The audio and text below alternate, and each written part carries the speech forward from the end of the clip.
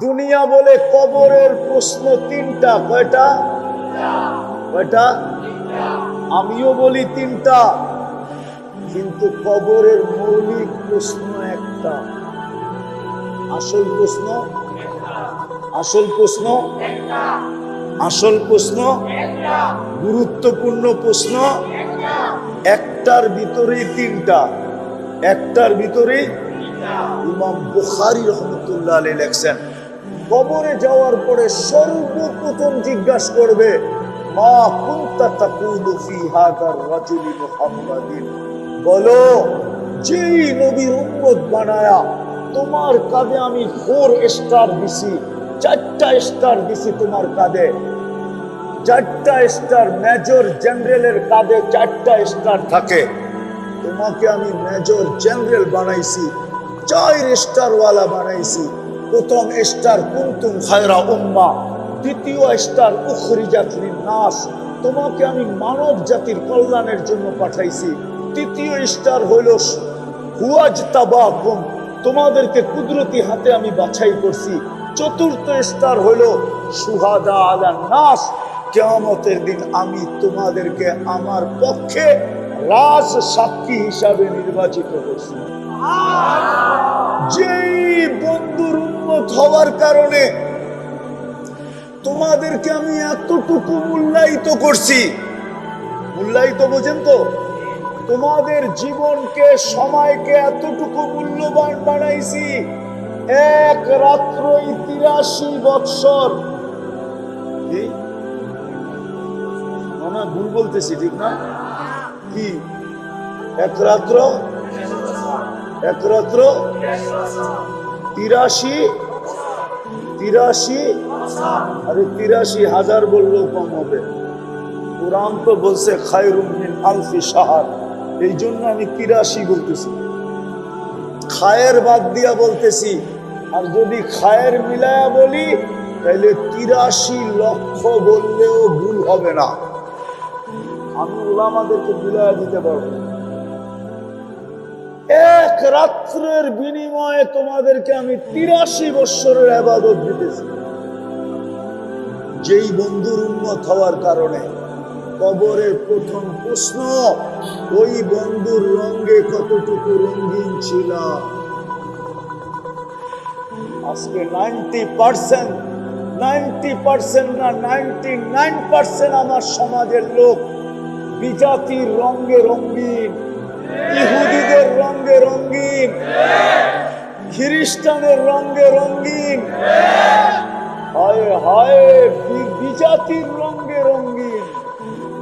Safari sweet পরা, তারপরে ফাতিহা পড়ে গায়রিল মাগদুবি আলাইহিম ওয়ালাদ-দাল্লিন, আবার জোরে আমিনও বলে। হায় হায়, আল্লাহ বাঁচায় দিছে, নাইলে ফেরেশতা ওই সময় চটকনা দেওয়া দরকার ছিল যে তুই তো পয়রা রইছ ইহুদিদের লেবাস, আবার তুই বলতেছস কি কইরা যে ওদের হাত থেকে আমাদেরকে বাঁচান। চটকনা যে দেয় না, এটাই শুকরিয়া আদায় করি। উচিত ছিল চটকনা দেওয়া, যে আমরা আল্লাহকে ভালোবাসি, আল্লাহর রসুলকে ভালোবাসি, ঠিক না? আর ভালোবাসবো না কেন? যে না নুন খায় তারই গুণ গায়, ঠিক না? নুন আমরা সারাদিন কার খাই? আল্লাহর নুনই তো খাই, ঠিক না? নুন বোঝেন তো? লবণ, লবণ, লবণ। নুন না বুঝলে লবণ তো বোঝেন। সারাদিন লবণ কার খাই? সবচেয়ে বড় লবণ তো হইল যে আল্লাহ আমাদেরকে বাঁচায় রাখছেন, ঠিক না? না রাখলে কি করতাম, ঠিক না? কত জানাজাই তো ডেলি উঠে, ঠিক না? কত বাড়িতেই তো কান্নার রোল চলে, ঠিক না? কিন্তু কোনো অভিযোগ করার তো সুযোগ নাই, আছে নাকি? তো সবচেয়ে বড় নুন হইল আল্লাহ আমাদেরকে বাঁচায় রাখছেন, ঠিক না? এর চেয়ে বড় নেয়ামত কিচ্ছু নাই যে আমাকে বাঁচায় রাখছেন। মানুষ বাঁচার জন্য দেশ থেকে বিদেশে পর্যন্ত ছুটা যায়, এয়ার অ্যাম্বুলেন্স পর্যন্ত ভাড়া করে নিয়ে আসে, ঠিক না? জায়গা জমিন পর্যন্ত বিক্রি করে, এমনকি ভিক্ষার ঝুলি পর্যন্ত অন্যের কাছে রাখে, তারপরও মরতে চায় না, ঠিক না? আর আল্লাহ আমাদেরকে কি করছেন? বাঁচায় রাখছেন। চলেন আসল কথার দিকে যাই। দাবি তো করি বটে যে আমি আল্লাহকে ভালোবাসি, আর কাকে ভালোবাসি? কাকে? আওয়াজ না, আওয়াজ না। আওয়াজ করা মানে বোঝা যাবে শয়তান চলে আসছে, আল্লাহর হুকুম মানতে দিবে না। এই জন্য আওয়াজ ছাড়া, বিলকুল আওয়াজহীন। আজকে আমরা জিতবো, শয়তানকে হারাবো। না পরিবেশে কোনো হট্টগোল হবে, না মনোযোগে কোনো কম হবে। দুটোটাই কিন্তু আমি কোরআন থেকে দিতেছি।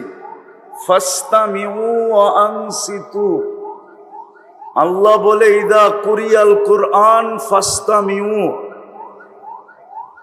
কোরআনী কথা যখন শুনো তো পরিপূর্ণ মনোযোগ দিয়ে শুনো। দ্বিতীয় আল্লাহর হুকুম হইল আনসিতু, বিলকুল পরিবেশটাকে নীরব রেখা শুনো। লাভও কিন্তু আল্লাহ বলছে লাভ, লাআল্লাকুম তুরহামুন, তাইলে রহমতের ছোঁয়া দিব না, শুধু ছোঁয়া, বরং বৃষ্টি নামায় দিব, বৃষ্টি। ছোঁয়া দিলেই তো শোনা হয়। কি ছোঁয়া দিলে কি হয়? মনে হয় বোঝেন নাই। ছোঁয়া দিলেই কি হয়? পরশ পাথর যদি লোহায় লাগে তো কি হয়? কি হয়? শোনা হয় না? পরশ পাথরের ছোঁয়া লাগলেই তো শোনা হয়। আর পরশ পাথর যদি লোহার সাথে বাঁধা দেয় তাহলে কি হবে?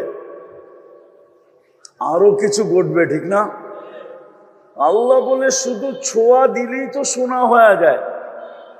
আল্লাহর রহমতের ছোঁয়া যার উপরে লাগে সে শোনা হয়, শোনা। সে কি হয়? শোনা হয়ে যায়। প্রমাণ দিমু? হ্যাঁ, একটা প্রমাণ দেই, দিমু। 100 উটের নিশা, খোলা তরবারি হাতে, যার সামনে মক্কার ভূখণ্ডে কেউ দাঁড়ানোর সাহস নাই, ওই লোকটা চলতেছে মুহাম্মদুর রাসূলুল্লাহর মাথা নিয়ে আসবে। যাইতে যাইতে যাইতে যাইতে যাইতে এক জায়গায় যায় পড়ছে। ওইখানে একটু অপেক্ষা করার কারণে রহমতের ছোঁয়া লেগে গেছে। আরে ওমর রাদিয়াল্লাহু তাআলা আনহু বইনের বাড়িতে না ঢুকলে তো কামই হয়েছিল, ঠিক না? বাড়িতে ঢুকছে আর রহমতের ছোঁয়া না লাগে নাই? সত্য তো? রহমতের ছোঁয়া লাগছে। ওয়াজ শুনতে আওয়াজ লাগে না, মনোযোগ লাগে। মাইক মুখের কথা কয়েন না, শুধু মনোযোগ দিয়ে শুনতে থাকেন, কথা বুঝেও আসবে, কান পর্যন্ত পৌঁছবে। গান শুনতে আওয়াজ লাগে, ওয়াজ শুনতে মনোযোগ লাগে। আল্লাহ মনোযোগের কথা বলছে, আল্লাহ আওয়াজের কথা বলে নাই।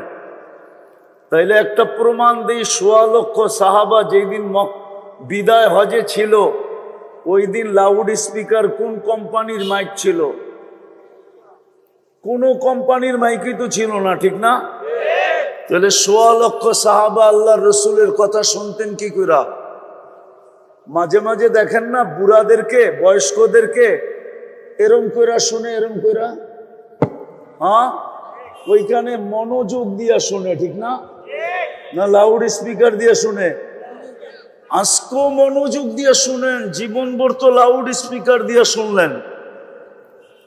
এই জন্যই শয়তান কথাকে এদিক থেকে ওদিকে নিয়ে যাবে, কাজ কিচ্ছু হবে না। যারা এই ডাইন দিকে আমার ডাইন দিকের কাপড়ের সাথে আছেন, এরা কাপড়ের সাথে লাইগা বসেন, দেখবেন এদিকে জায়গা হয়ে যাবে। এরা চাপতেছে না, এরা ঢুকতে পারতেছে না। আপনারা যারা কাপড়ের দিকে আছেন, একবারে শুরু থেকে শেষ পর্যন্ত কাপড়ের সাথে লাইগা বসেন। আবার হেলাং দিয়েন না, তাহলে কিন্তু পড়ে যাবেন, পিছনে কিছু নাই। হ্যাঁ, আপনারা চাপেন, বিলকুল চেপে যান সবাই। অনেক জায়গা, যত লোক দাঁড়ায় আছে এর চেয়ে বেশি লোকের জায়গা হবে ওই পাশে। আর পিছনেরটা খুলে দেন কাপড়, বাস জায়গা হয়ে যাবে, রোড বন্ধ হবে না। তো যেটা বলতেছিলাম, রহমতের যদি ছোঁয়া লাগে তাইলেই তো শোনা হয়। আর বৃষ্টি হইলে কি হবে? তা একটা প্রমাণ দিতেছি হাদিস থেকে, যে ওমর রাদিয়াল্লাহু তাআলা আনহু আনতে যাইতেছেন খোলা তরবারি হাতে নিয়া মুহাম্মদুর রাসূলুল্লাহর মাথা, নিশা মাথার ভিতরে 100 উট। কত? 100 উট নিশা মাথার ভিতরে, ঠিক না? তাও আমাদের দেশের উট না, আরবের উট। তাও বাচ্চা বাচ্চা উট। কিন্তু রাস্তায় যায় যখন রহমতের ছোঁয়া লেগে গেছে, সাথে সাথে সোনা। মাথা কি আনবে, উল্টা মাথা যায় দিয়া দিছে।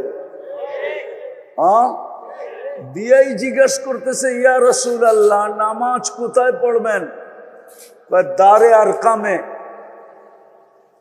তো বলতেছে, মন তো চায় বাইতুল্লাহ পড়ি, কিন্তু উমর তোমার জাতি তো পড়তে দিবে না।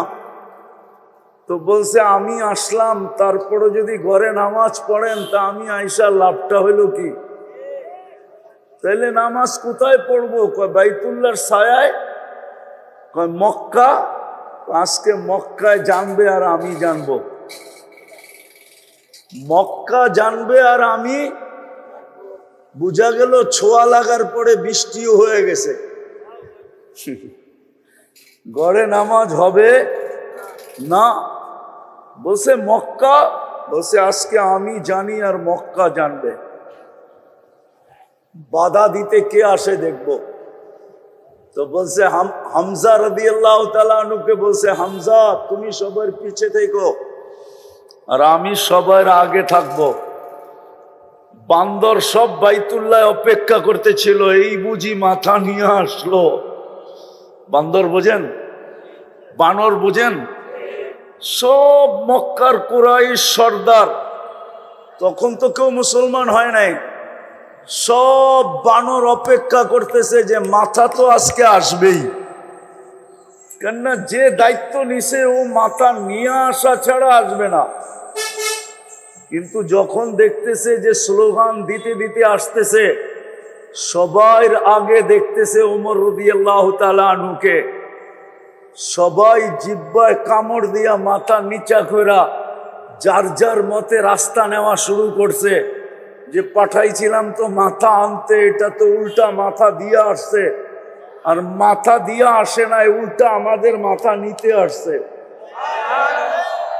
আয়েশা এলান করছে, যে স্ত্রীকে বিধবা করতে চাও, সন্তানকে এতিম করতে চাও, সে আমার সামনে আসো। আজকে মুহাম্মদুর রাসূলুল্লাহ বাইতুল্লাহ নামাজ পড়বে আর পুরা মক্কা দাঁড়ায় দাঁড়ায় দেখবে। যদি নিজের জায়গার থেকে কেউ সরলো তাইলে খবর আছে। আল্লাহর রাসূল নামাজের সালাম ফিরায় একটা চিৎকার দিছেন, বলছে ফাররাকতা বাইনাল হক্কি ওয়াল বাতিলি আনতা ফারুকাল আযম। তুমি হক আর বাতিলের ভিতরে ডিভাইডেড করে দিলে, ওমর আজকের থেকে তুমি ফারুকে আযম।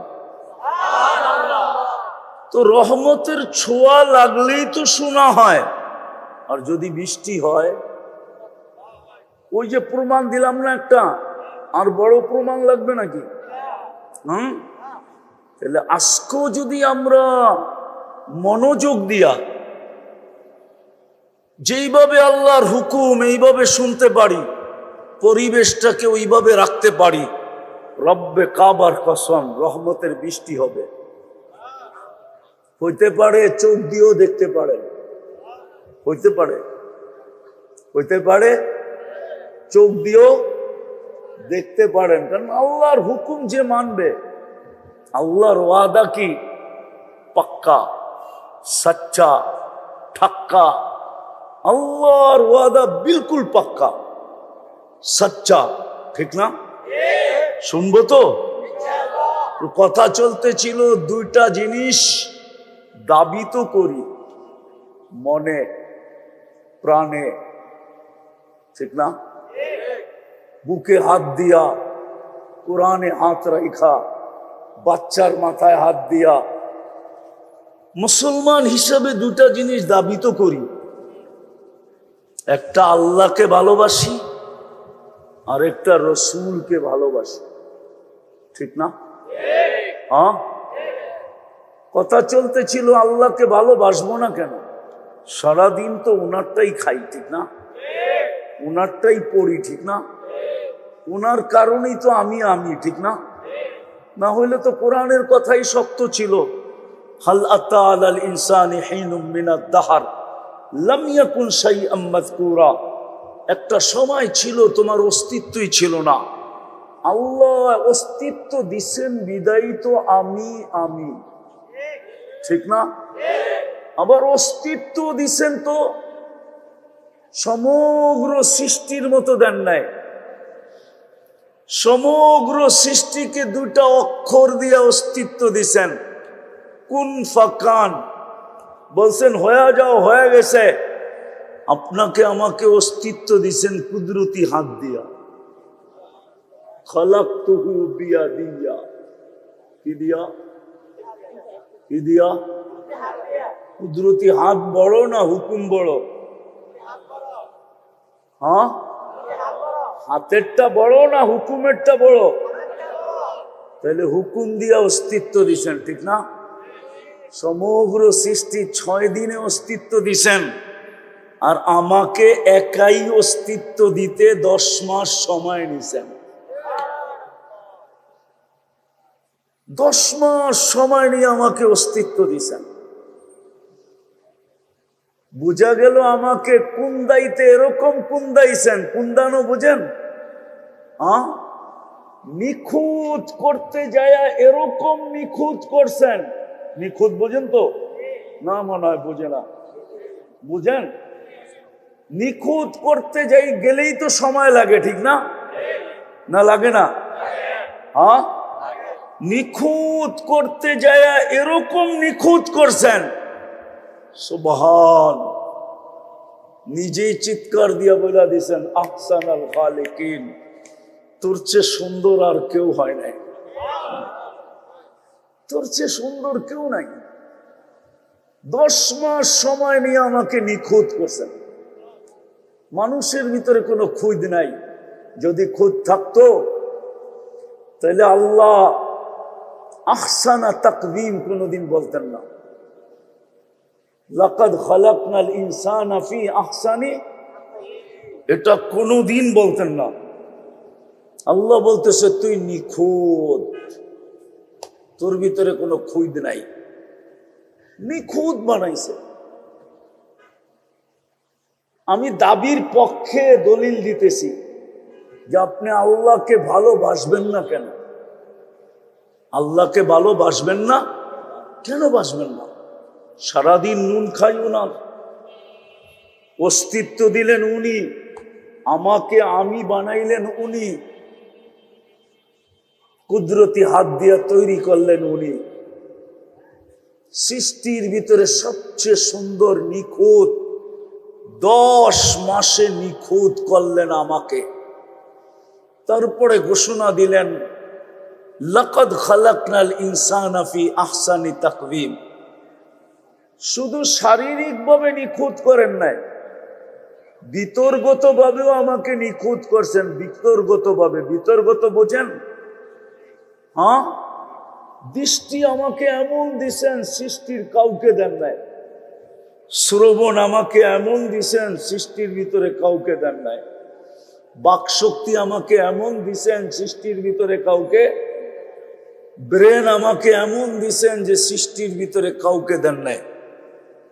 চিন্তা ক্ষমতা আমাকে এমন দিছেন যে দুনিয়ার কাউকে দেন নাই। বিবেক আমাকে এরকম দিছেন যে দুনিয়ার কাউকে দেন নাই। বুদ্ধি আমাকে এমন দিছেন দুনিয়ার কাউকে দেয় নাই। বিশ্বাস হয় না? হ্যাঁ, প্রমাণ দিব। আপনার এইখানেও কারখানা আছে, ঠিক না? এম্বোটারি কারখানা আছে না? হ্যাঁ, ডিজাইনটা কম্পিউটারে সেট করে, ঠিক না? তারপরে কাপড় খালি হইতে থাকে, হইতে থাকে, হইতে থাকে, হইতে থাকে। কারিগর মাঝে মাঝে সুতা ছিঁড়া গেলে ওটারে আবার লাগায় দেয়, এইটুকুই তো করে, ঠিক না? না আর কিছু করে? হ্যাঁ, আর শেষ হয়ে গেলে টাইনা নামায়া নতুন আরেকটা সেট করে দেয়, ঠিক না? হ্যাঁ, এরকম বুদ্ধি আল্লাহ কারে দিছে? মানুষ ছাড়া কাউকে দিছে? কাউকে দেন নাই। তো উপর দিয়েও নিখুঁত, ভিতর দিয়েও। আপনি আল্লাহকে মানবেন না কেন?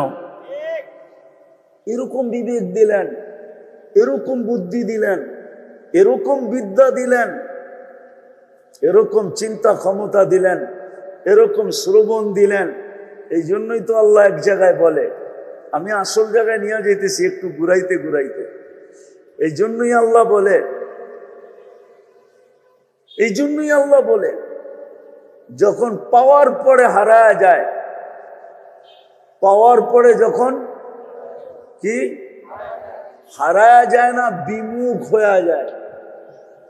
পাওয়ার পরে যখন আল্লাহকে ভুলা যায়, যুবক যৌবন পাওয়ার পরে যখন আল্লাহকে ভুলা যায়, পুরুষ পুরুষত্ব পাওয়ার পরে যখন আল্লাহ ভুলা যায়, নারী নারীত্ব পাওয়ার পরে যখন আল্লাহ ভুলা যায়, টাকাওয়ালা টাকা পাওয়ার পরে যখন আল্লাহকে ভুলা যায়, শক্তিওয়ালা শক্তি পাওয়ার পরে যখন আল্লাহকে ভুলা যায়, পদস্থ মানুষগুলা যখন পদ পাওয়ার পরে আল্লাহকে ভুলা যায়, রূপসী যখন রূপ পাওয়ার পরে আল্লাহকে ভুলা যায়। কতই তো ডাকতে থাকে সন্তান না হওয়ার আগ পর্যন্ত, সারাদিন আল্লাহকে ডাকতে থাকে।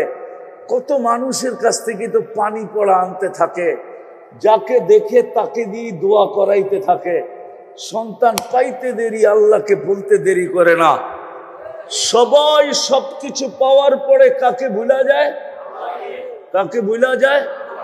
তো আল্লাহ অভিযোগের সুরে বলে, আমা তাইতু কাইনা নেতান্দুরু বিহা, চক্ষু কি আমি দেই নাই যেটা দিয়ে তুই দেখিস?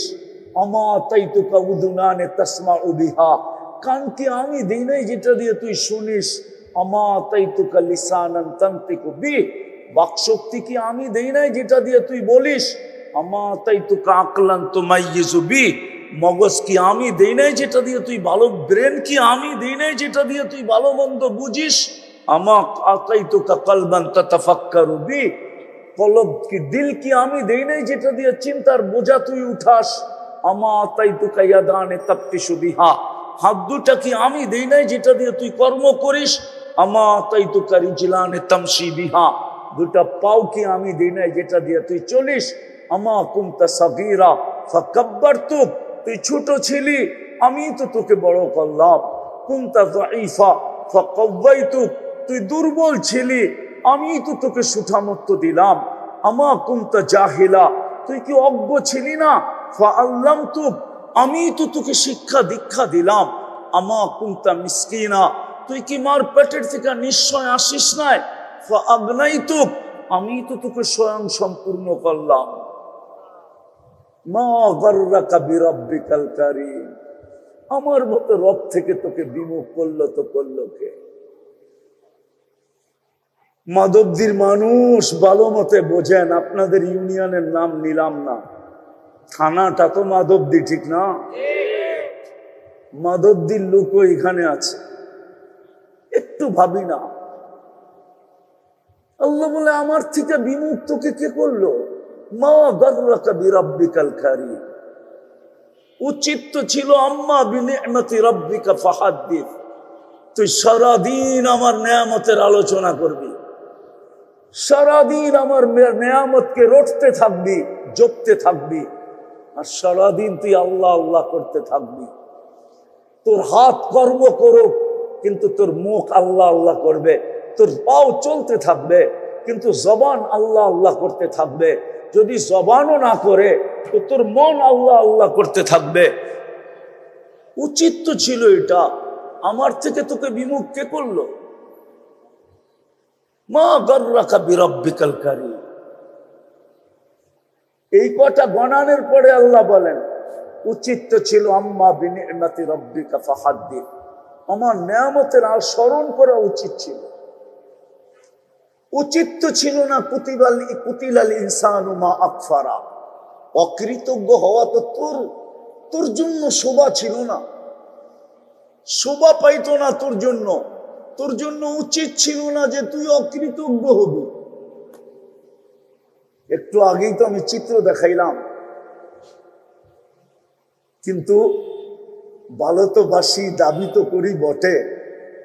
বলেন, আসল কথায় আসি, বলেন ও যুবক, তোদের পায়ে হাত দিয়া জিজ্ঞাসা করি, বল, যৌবনের মতো জিনিস দিয়া তোকে আল্লাহ সাজাইল, তৃতীয় লিঙ্গ তো বানাইতে পারতো, ঠিক না?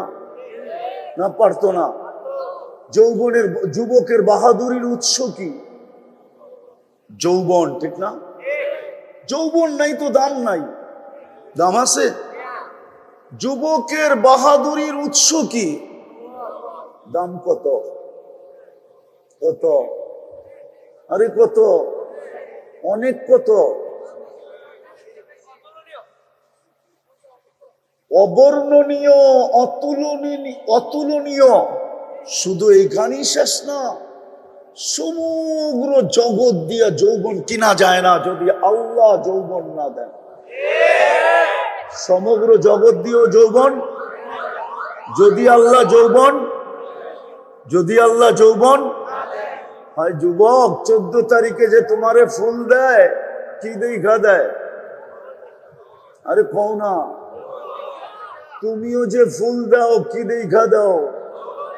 আজ পর্যন্ত তৃতীয় লিঙ্গের কাউরে তো ফুল দিলা না, একটা মেসেজও পাঠাইলা না যে আমাকে জীবনে একবার হইলো I.U লেখা পাঠা।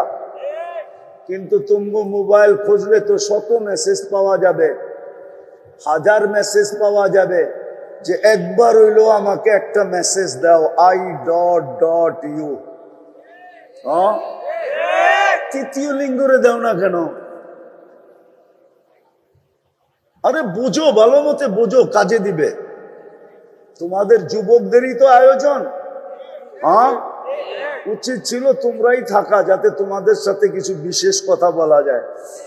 বয়স করে দেখা তো অনেক কিছু বলাও যায় না, ঠিক না? আর এটা যদি বিদেশের মতো কাবার স্টুডিয়ামে হইতো, তাহলে আরো ভালো হইতো, আওয়াজও বাহিরে যেত না। বিদেশে তো সব প্রোগ্রাম কাবার স্টুডিয়ামে হয়, তো মন মতো বলা যায়, মন মতো শোনানো যায়। আমি তো চেয়েছিলাম যুবক ঘরে আজকে মন মতো শোনাই। আরে না না, বয়স্করা আছে আবার, ঠিক না? আবার মিডিয়া সিডিও আছে, ঠিক না? সব কথা এইখান থেকে ওইখানে চলে যাবে, ঠিক না? যতটুক শুনাইতেছি অতটুকুই বোঝো, কাজে দিবে। তো যেটা বুঝাইতেছিলাম, যুবকের যৌবন আসে বিদায়ী তো কেউ মুস্কি মুস্কি হাসে, ঠিক না? আবার কারো ভিতরে যৌবন আছে বিদায় তুমিও মুস্কি মুস্কি শুধু হাসো না, মাঝে মাঝে চোখ টিপিও মারো, ঠিক না?